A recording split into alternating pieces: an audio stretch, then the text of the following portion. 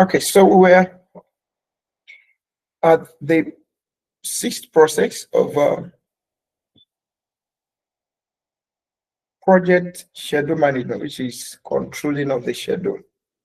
And we are looking at the corrective and preventive actions to be taken in order to make sure that our schedule is in place and in check. I spoke about the schedule compression, which can be done through fast tracking or crashing. And I talked about the resource reallocation, like shifting resources to critical or delayed activities, schedule model updates, revising durations, dependencies, or constraints, and then change request, which is formal request to modify the schedule baseline. Now, moving forward from here, let's have a perspective from the seventh edition, the PMBOK seventh edition, where we look at the planning and delivery domains. How does schedule, or how does PMBOK seventh edition look at schedule management? Under the planning and delivery domains, we have planning domain, where we have it focusing on developing approach and plan for the project work with iterative planning cycles, adaptive planning approaches, and continuous refinement. So this is obviously agile in nature. They will have under the delivery domain, we have focusing on producing deliverables and outcomes, and which will be looking at the value driven delivery, quality of deliverables, and sustainable pace. And they will have the measurement domain, where we now look at a focus on assessing performance and taking corrective action. So here we'll have matrix selection, performance evaluation, and continuous improvement. For the purpose of tailoring for agility and uncertainty, there's always going to be a value delivery focus, a continuous improvement, and stakeholder engagement to make sure that the schedule is kept on track.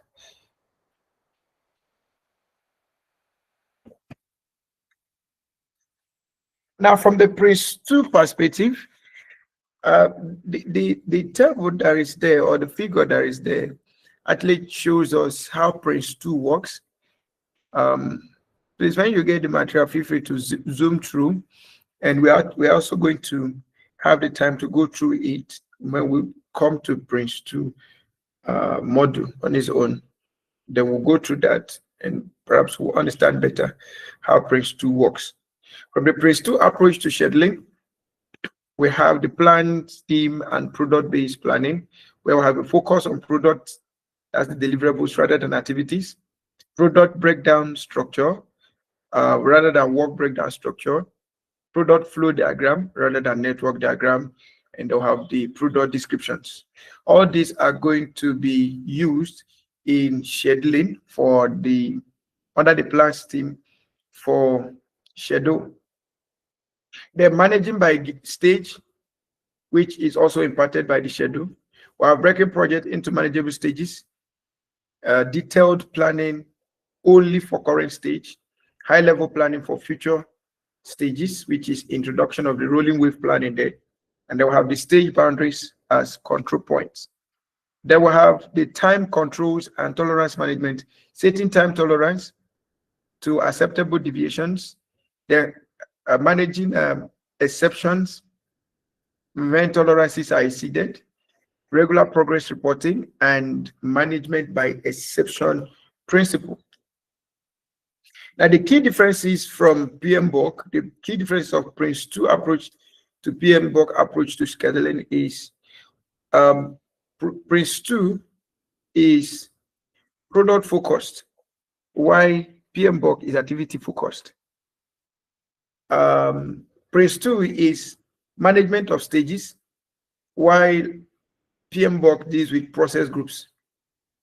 While PRINCE2 is dealing with tolerances, PMBOK is dealing with baselines. While PRINCE2 is dealing with exception-based reporting, PMBOK is dealing with continuous monitoring. Now for agile scheduling tools and practices, on frameworks and approaches, we have the Scrum framework, we have the Kanban framework, and we have the hybrid frameworks as well. For the Scrum framework, your schedule for a sprint is always fixed between 1 to 4 weeks with daily stand-ups. And then you have sprint planning and retrospective, and then product and sprint backlogs. These are the scheduling activities that you do under Scrum. Then under Kanban, we have the visualizing of the flow. We have limiting work in limit work in progress. We have the continuous flow and the explicit policies. These are also the things that we see under the Kanban when you're dealing with Kanban and running it with time management. Then you have hybrid approaches like the Scrumban, which is a combination of Scrum and Kanban. You have the scaled agile framework, and you have the disciplined agile delivery. When we progress to, not in this class anyway, when we progress to there's what we call the agile project management, is a course on its own. So in case you are interested in that, when we get there, we will be discussing all of these frameworks and much more in details: the Scrum, the Kanban, the SP, the TDD, and many of them, the hybrid, the SAF, and many of them, okay, discipline, agile, and many of them. The truth about project management, like I've always said, in Nigeria, we're just introducing project management. Meanwhile, in some other parts of the nations, what they call project management today is the agile project management, but we are still struggling with the traditional or the waterfall project management methodology. All right.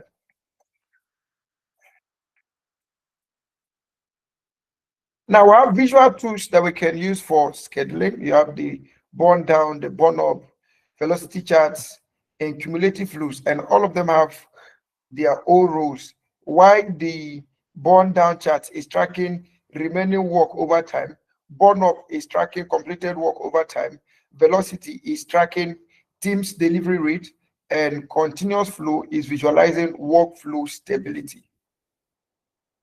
Then we also have what we call the integrated scheduling approaches, which is a combination of a number of approaches, like what we call the blended approaches or blended methodologies. Example, you have predictive plus agile integration, high-level milestone planning, sprint-based delivery, and fixed deadlines with flexible scope.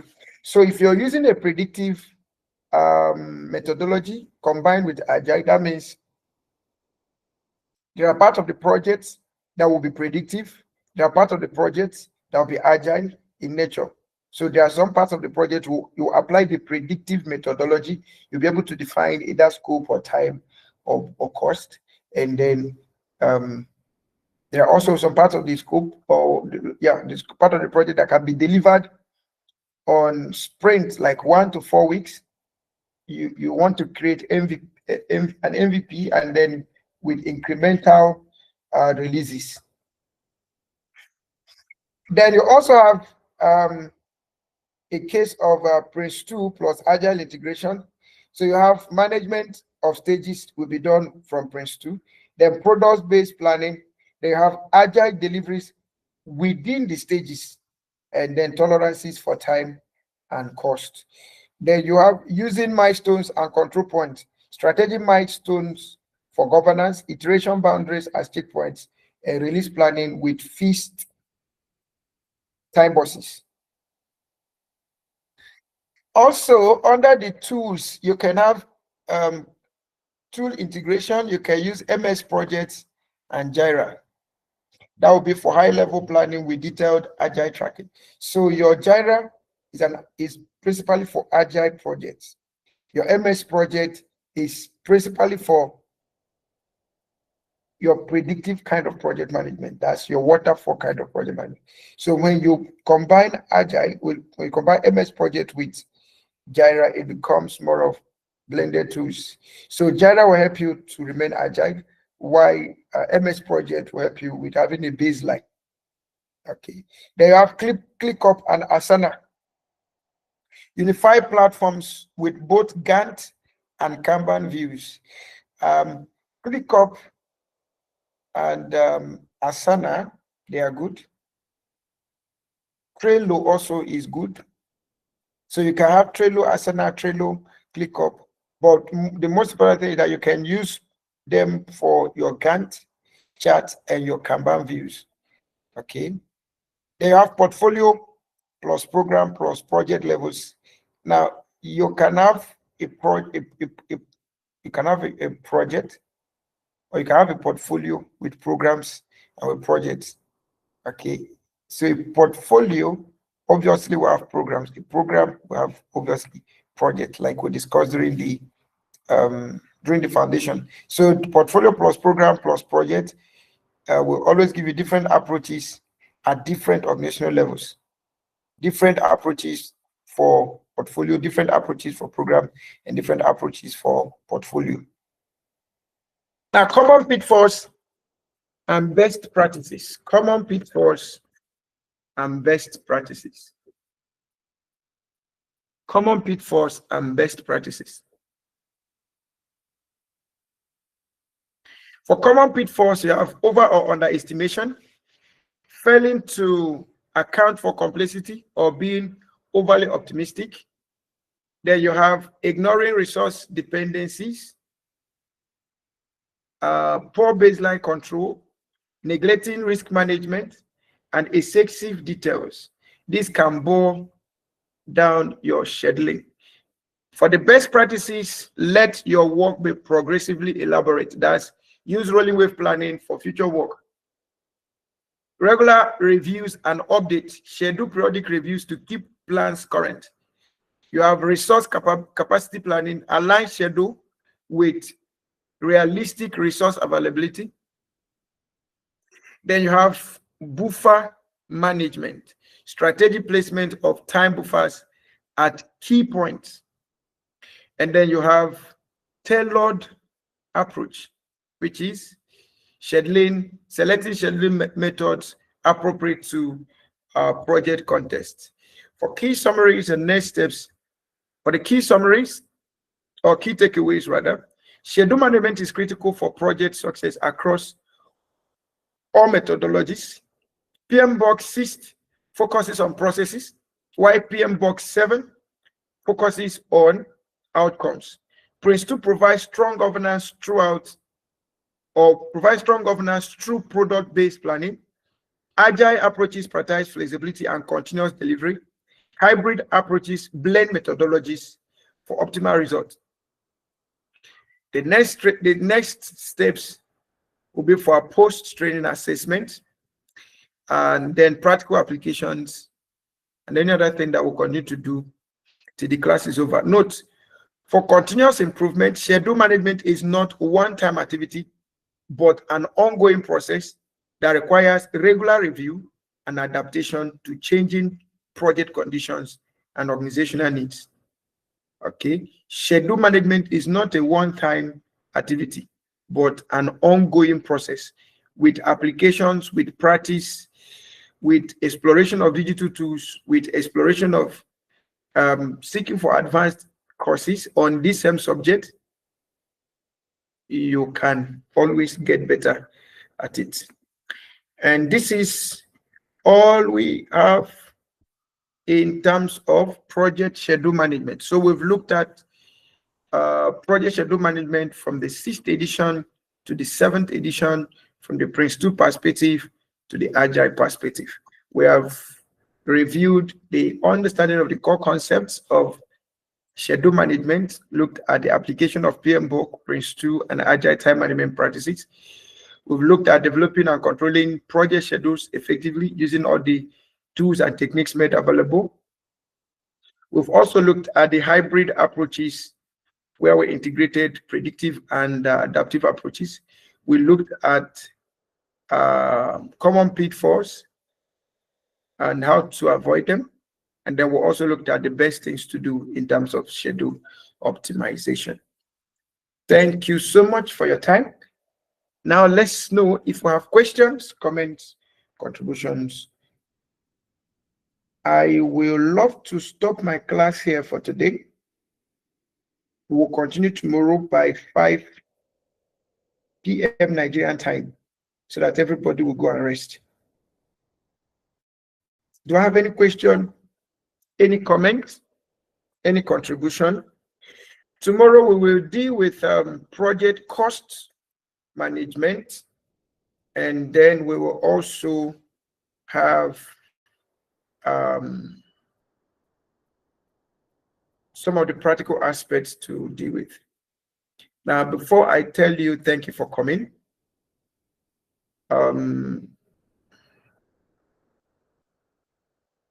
yes, thank you. Let me get the attendance.